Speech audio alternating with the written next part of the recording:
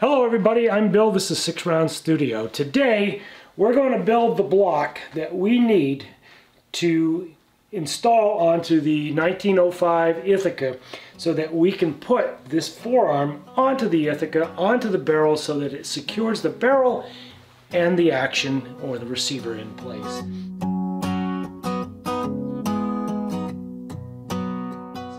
Now I have a second Ithaca. Actually, I've got three Ithacas. There's the Ithaca that I use to build the side panels, but there's also this Ithaca, which is almost identical to the 1905 in its mechanism, in that the dimensions are all the same.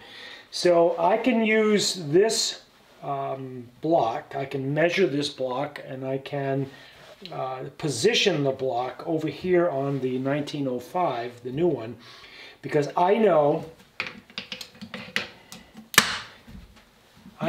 that if I remove the forearm that goes with this Ithaca, or this newer one, and then install the one that goes on the 1905, it locks in place. So I'm going to be able to duplicate this latch block with this bar of steel and cut it out and mill it out and then duplicate it so it looks just like this one. Then we're going to solder this onto the bottom of the Damascus, the 1905, so that moving forward I can use my forearm on that shotgun. Let's get started. So if you watched my last short video and I titled it Eating Elephants, then you would have seen me cut this little piece of steel off this big bar. So that piece of steel is what we're going to make this block out of. It's a lot of steel. I got to remove a lot of material, but this is what we're going to do. Now the first thing that I need to do is I need to square it up.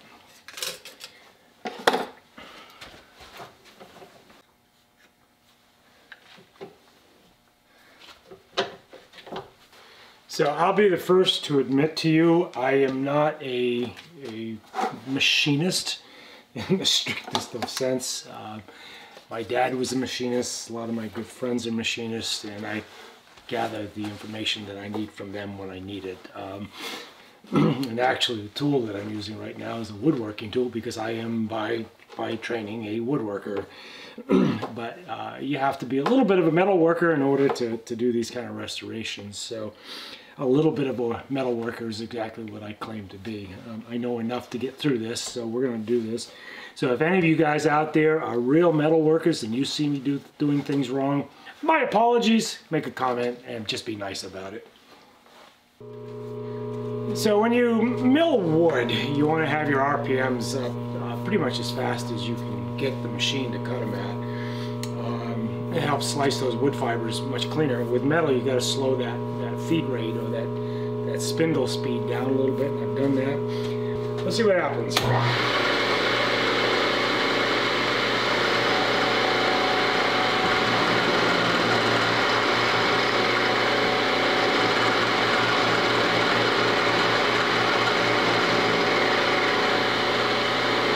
That actually went pretty good.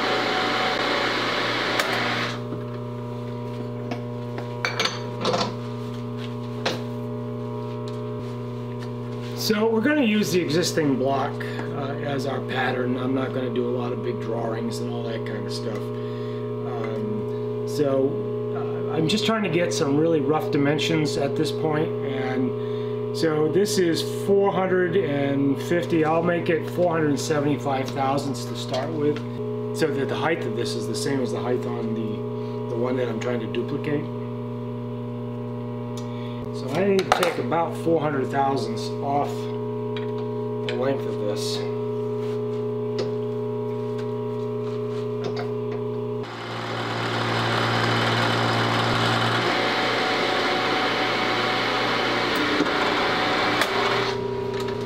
Alright, so we got the height down. So the width on this is 450 thousandths. So that's the next thing I'm going to do. I'm going to take the width down to that 450 thousandths. So that, again, we're milling this thing bit by bit down to the size that we actually need it to be. So the first thing I'm going to do is bring the cutter head down till it's, or the cutter down till it's just barely touching the steel.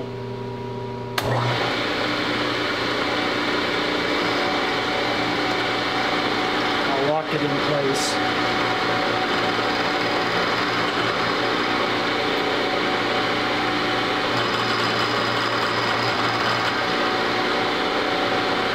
Skim a little bit of it off. Now with that locked in place, I'm going to use the table and crank the table height up the 50 thousandths that I need to do.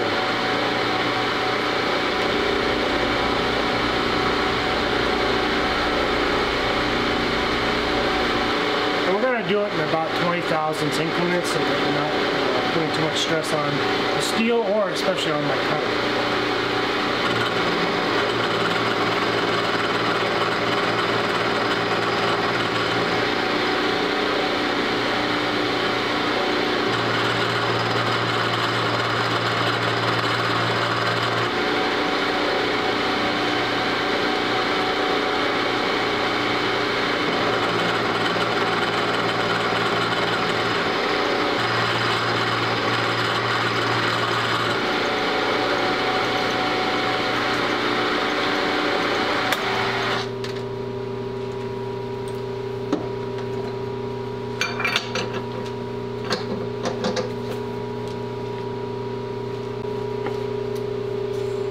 So we're 450 thousandths thick, which matches the thickness on that block on the other one. Now, next thing I need to do is I got to get the height right, or the length right. So let's go ahead and do that next.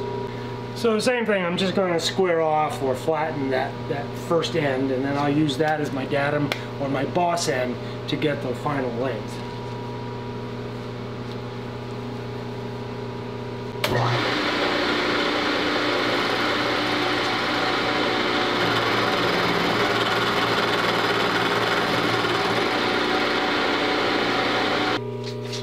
So the final length that I need is going to be 850 thousandths. Now, a little bit of this is ish, and ish is okay. So we're going to make this 850-ish.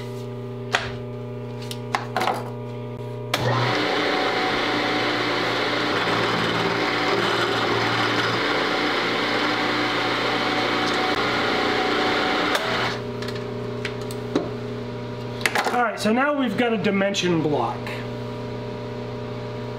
It's our starting point. Now we need to put in all the angles. So the next thing I want to do while it's square and while I've got enough material to hang on to is I need to put in 2 radiuses, because where this fits in, it has to contour to the barrels. And the reason for that is when I go to solder this on, I need to have a good match fit so that the solder will fill in and secure this to the barrels when we're done. So I need the radius, the bottom of this block, as I said, so that it fits down in between the 2 barrels. So I have a radius gauge that I picked out the radius that's correct for the barrel,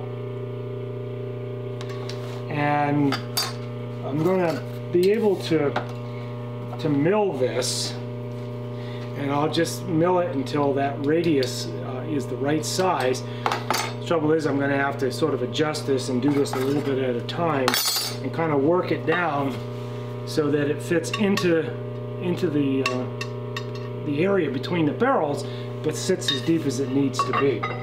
Now, I didn't have a ball mill that was the right size, but I do have a radius ball that I'll use. I'm not taking a lot of material off, so this will work okay. I had to change the collet, so this is a pretty tiny shank on this.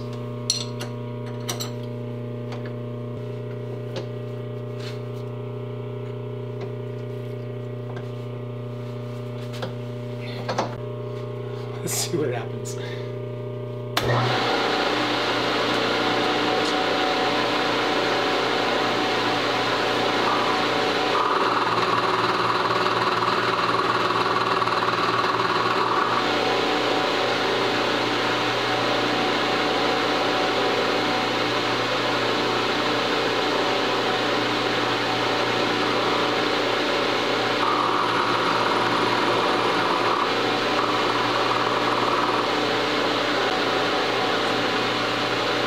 So I need a 1/4 inch final width at the bottom.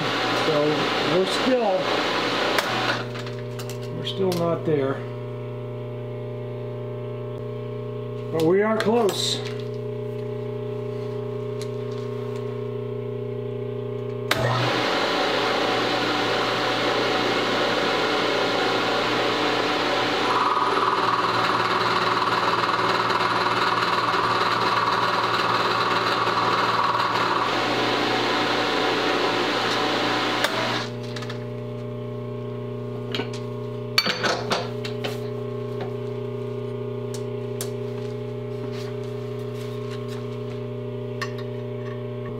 That fits in there really nice. I am going to have to do, I think, a little bit of hand shaping with a round file because there is a slight taper in this barrel, obviously.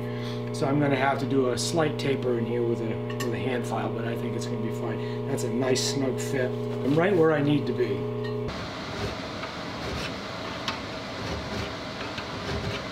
So I have this pretty well shaped now with the files. So what I'm doing is trying to get that final shape and that final contour to match as closely to this radius or radii as I can. So I have 100 grit sandpaper that I've tucked down in here. And now I'm just sanding back and forth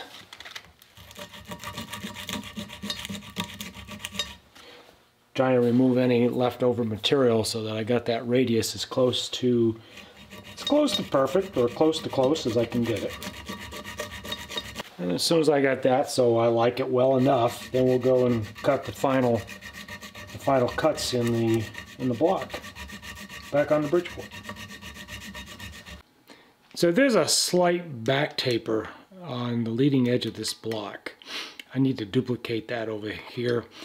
I don't think it serves a whole lot of purpose, but I'm going to duplicate it here so that it at least looks like it did, like the one that came out of the factory.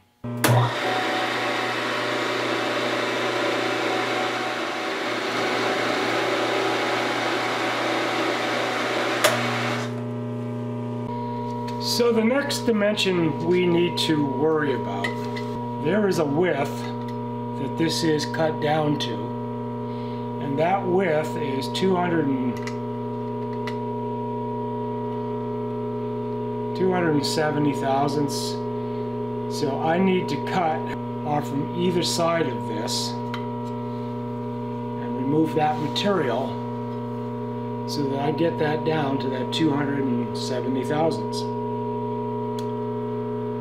The depth on that is going to be 250 thousandths. So we're going to remove 250 thousandths.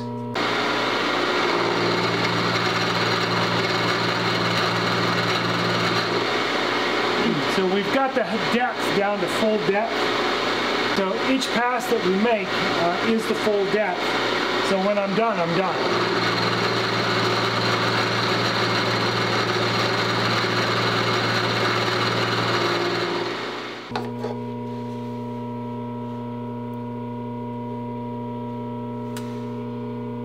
Okay, so I need to remove 100 thousandths on each side. I've just done that on this side.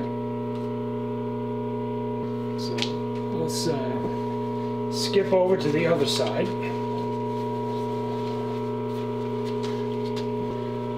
Now we're going to bring the cutter in till it just touches the block, and then we'll begin to make those cuts again.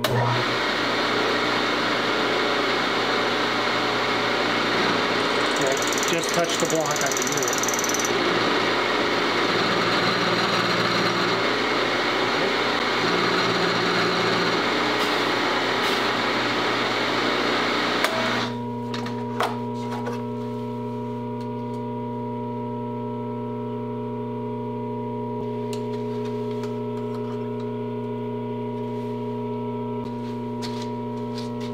So on the bottom of this forearm, you can see this latch, and that latch has to enter into that dimension that's going to be on the block on the forearm, and this latch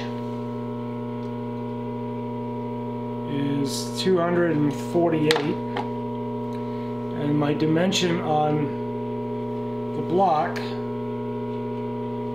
is 250. So I'm happy with that. Now what we need to do is cut this latch angle in. That's going to be a little bit of guessing by gosh on my part, because I've got to figure out what that angle looks like, and then I can only go so far. I'm going to have to hand fit this with a file when we're done. So, but I can't do that until we've got it soldered in place, and then I can work the forearm so that it ends up latching up nice and tight.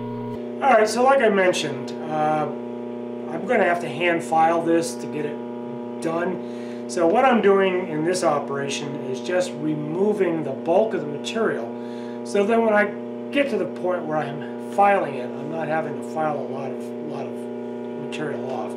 So again, I sort of eyeballed it.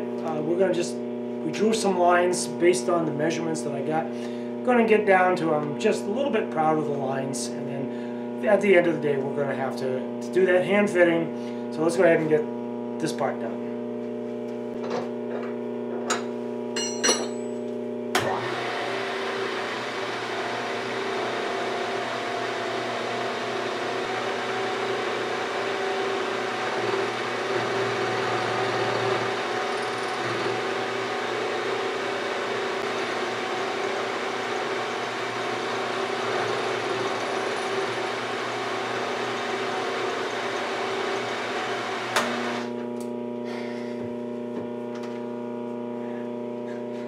That's so cool. Let's take a look at what we ended up with. Alright, so we've got the block all milled out, and you can see that these two are almost identical. I'm real pleased with that. I'm pleased the way it came out. We're going to have to solder this in place before we do any of the final hand fitting, so that we can get that forearm in place. Alright, if you enjoyed this video, please give it a thumbs up, subscribe to the channel if you haven't already. Consider going over and signing up for my Patreon page if you think I've provided anything that's been useful to you. Go over to Patreon and consider signing up for the $3 or $5 level. All of that helps to support this channel. Appreciate you guys being here, and I will see you in the next video.